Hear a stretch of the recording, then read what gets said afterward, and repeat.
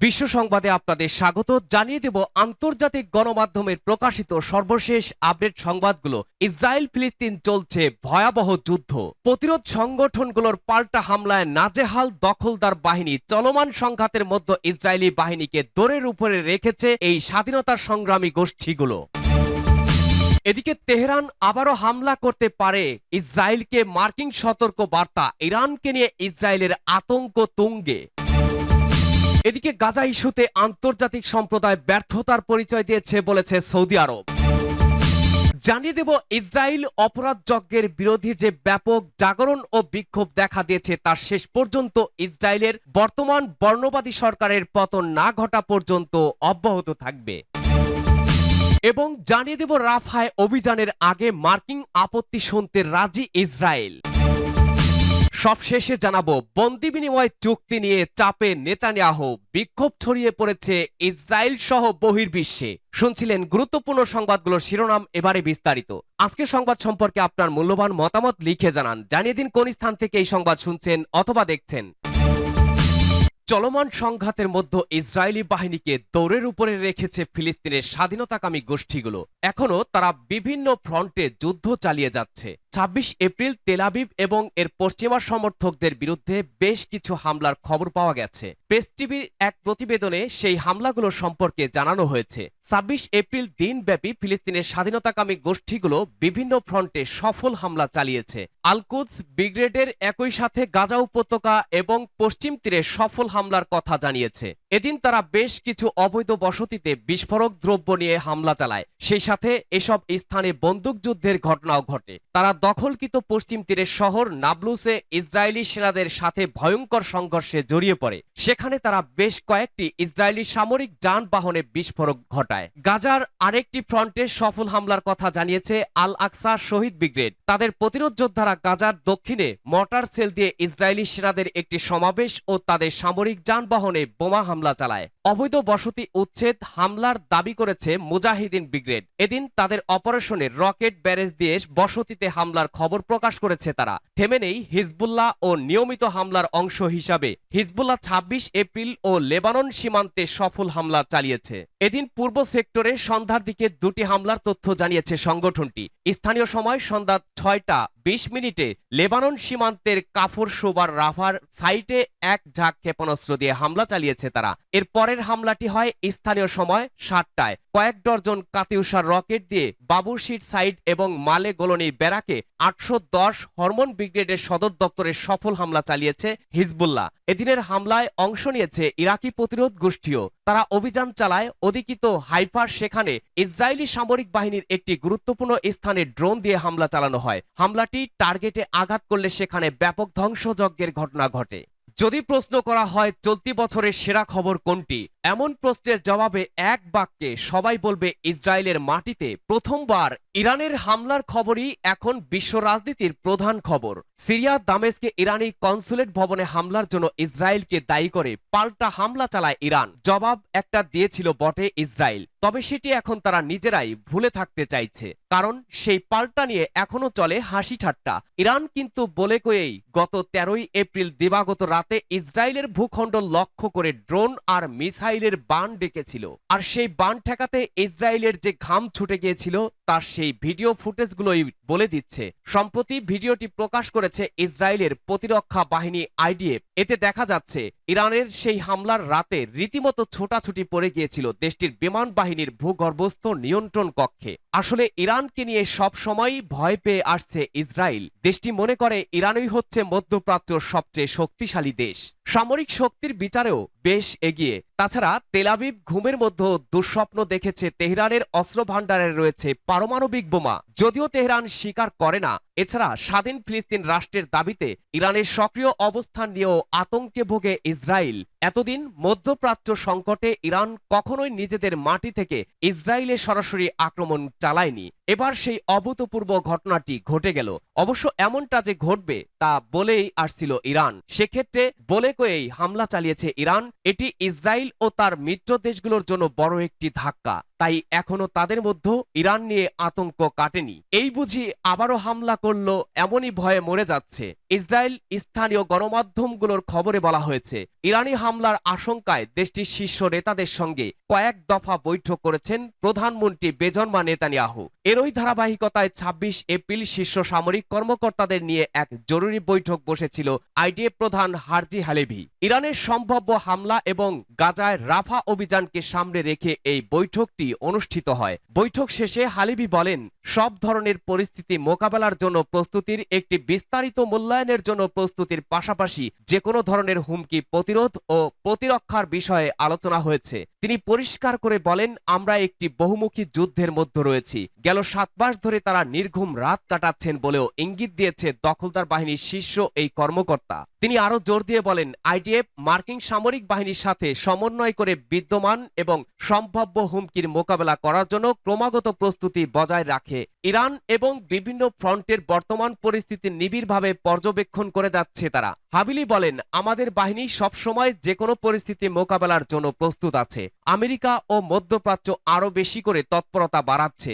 এদিকে এক শীর্ষ মার্কিন কর্মকর্তা আল জাজিরাকে বলেছেন, মার্কিন গোয়েন্দারা এই সপ্তাহান্তে ইসরায়েলের বিরুদ্ধে ইরানের হামলার উচ্চ সম্ভাবনার ইঙ্গিত পেয়েছেন। তাই নিজেদের প্রতিরোধকে শক্তিশালী করতে এবং মার্কিন বাহিনীকে রক্ষা করতে অতিরিক্ত সামরিক সক্ষমতা মোতায়েন করা হয়েছে। বিষয়টি নজর এড়ায়নি তেহরানের। বলা হচ্ছে, প্রয়োজনীয় সব প্রস্তুতিতে নতুন করে শান দেওয়া হচ্ছে। ইরানকে নিয়ে ইসরায়েলের আতঙ্ক যে কতটা গভীরে সেটি সম্প্রতি প্রকাশ পেয়েছে দেশটির প্রধানমন্ত্রীর কার্যালয়ের মহাপরিচালক ইউসি শেলির কথায়। তিনি জানান, ইরানি হুমকি মোকাবেলায় শুধু প্রতিরক্ষাই নয়, সবগুলো মন্ত্রণালয়ের শীর্ষ কর্মকর্তাদের করণীয় সম্পর্কে ব্রিফিং করা হচ্ছে। সবাইকে একটা কথা বোঝে দেওয়া হচ্ছে, ইরান থেকে কখন আক্রমণ হবে সেটি অনিশ্চিত, তবে হুমকি এটি বাস্তব। সব ধরনের প্রস্তুতি মোকাবেলার জন্য ইসরায়েলের সবগুলো হাসপাতালকে সর্বোচ্চ সতর্কতা অবলম্বন করতে বলা হয়েছে। সব ধরনের ছুটিও বাতিল করা হয়েছে সেনাবাহিনীতে। গাজা ইস্যুতে আন্তর্জাতিক সম্প্রদায় ব্যর্থতার পরিচয় দিয়েছে বলেছে সৌদি আরব। গাজা ইস্যুতে আন্তর্জাতিক সম্প্রদায় ব্যর্থতার পরিচয় দিয়েছে বলে মন্তব্য করেছেন সৌদি পররাষ্ট্রমন্ত্রী প্রিন্স ফয়সাল বিন ফারহান বিন আবদুল্লাহ। তিনি বলেন, গাজার পরিস্থিতি সবার কাছেই স্পষ্ট।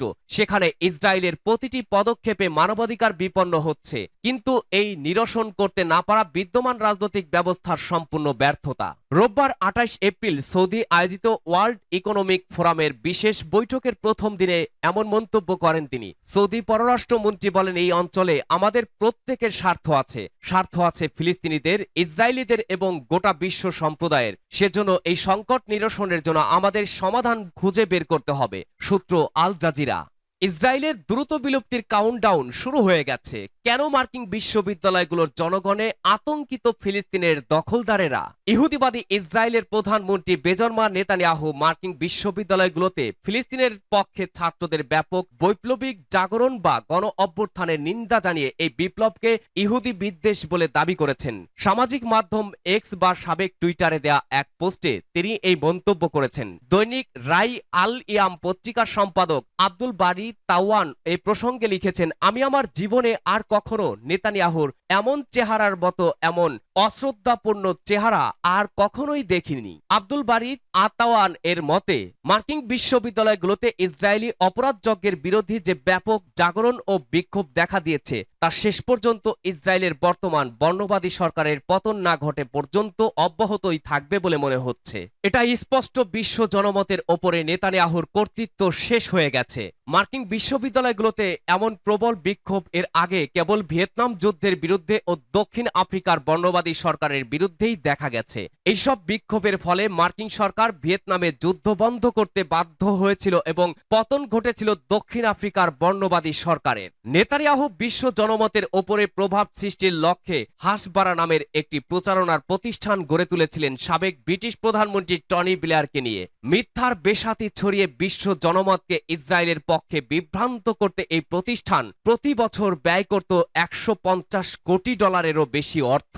ফিলিস্তিনে ইসরায়েলের সব পৈশাচিক হত্যাযজ্ঞ ও অপরাধ আর বর্বরতা ঢাকার এই ব্যাপক প্রচেষ্টা শেষ পর্যন্ত প্রায় বানচাল হয়ে যাচ্ছে। তড়িঘড়ি করে মার্কিন বিশ্ববিদ্যালয়গুলোতে বাক স্বাধীনতা দমনের অভিযানের কারণে। আর এইসব সম্ভব হয়েছে গাজার জনগণের অসাধারণ প্রতিরোধ দৃঢ়তা ও শহীদের রক্তের বরকতে।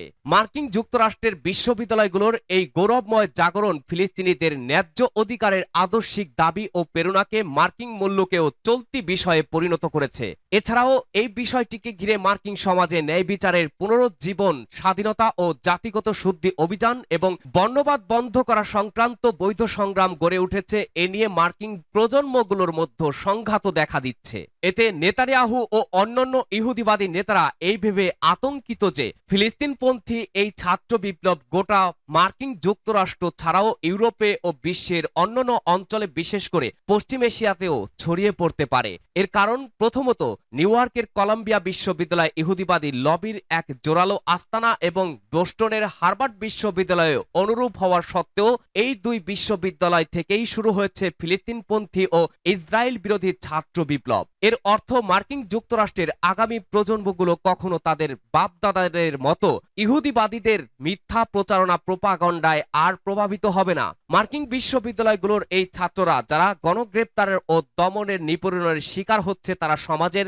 সাধারণ শ্রেণীর সন্তান নন, বরং তারা সমাজের এলিট শ্রেণী তথা মার্কিন কংগ্রেসম্যান, সিনেট সদস্য ও বড় বড় ব্যবসায়ী আর রাজনীতিবিদদের সন্তান। অন্য কথায় এই ছাত্ররা হবে আগামী দিনে মার্কিন যুক্তরাষ্ট্রের নতুন নেতৃবৃন্দ।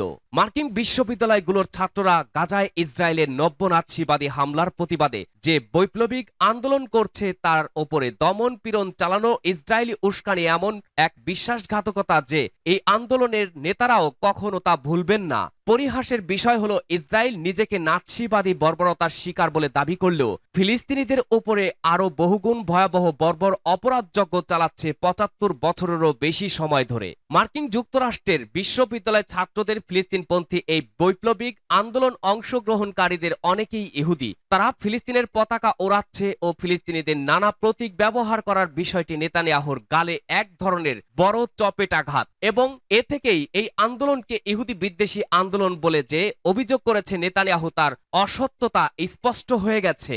রাফায় অভিযানের আগে মার্কিন আপত্তি শুনতে রাজি ইসরায়েল। গাজার সীমান্ত শহর রাফায় আক্রমণ শুরু করার আগে মার্কিন উদ্বেগ ও চিন্তা ভাবনা শুনতে রাজি হয়েছে ইসরায়েল। রোববার হোয়াইট হাউসের জাতীয় নিরাপত্তা মুখপাত্র জন কির্বি এ কথা বলেছেন খবর রয়টার্সের। ইসরায়েলের একজন সিনিয়র প্রতিরক্ষা কর্মকর্তা বুধবার বলেছেন, মানবিক বিপর্যয় আন্তর্জাতিক সতর্কতা সত্ত্বেও ইসরায়েলের সামরিক বাহিনী রাফা থেকে ফিলিস্তিন বেসামরিকদের সরিয়ে নিতে এবং সেখানে হামাসের আস্তানাগুলোতে আক্রমণ করার জন্য প্রস্তুত। ওয়াশিংটন বলেছে তারা উপযুক্ত ও বিশ্বাসযোগ্য মানবিক পরিকল্পনা ছাড়া রাফা অভিযানকে সমর্থন করতে পারে না। কির্বি এবিসিকে বলেছেন, আমরা যতক্ষণ না আমাদের দৃষ্টিভঙ্গি ও উদ্বেগগুলো প্রকৃতপক্ষে আলোচনা করতে পারছি, ততক্ষণ তারা রাফায় অভিযানে যাবে না বলে আমাদের আশ্বস্ত করেছে।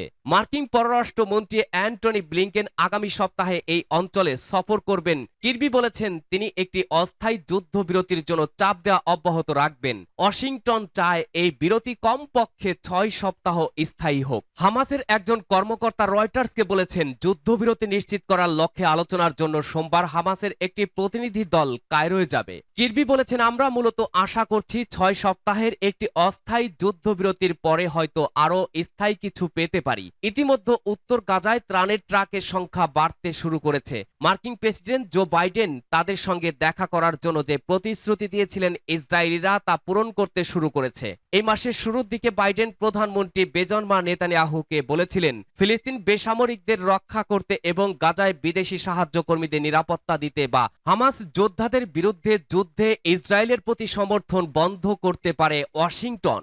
বন্দি বিনিময় চুক্তি নিয়ে চাপে নেতানিয়াহু, উত্তাল বিশ্বের বিভিন্ন বিশ্ববিদ্যালয় সহ ইসরায়েল। বন্দি বিনিময় চুক্তি নিয়ে ক্রমাগত চাপে আছেন ইসরায়েলের প্রধানমন্ত্রী বেঞ্জামিন নেতানিয়াহু ও তার যুদ্ধ মন্ত্রিসভা।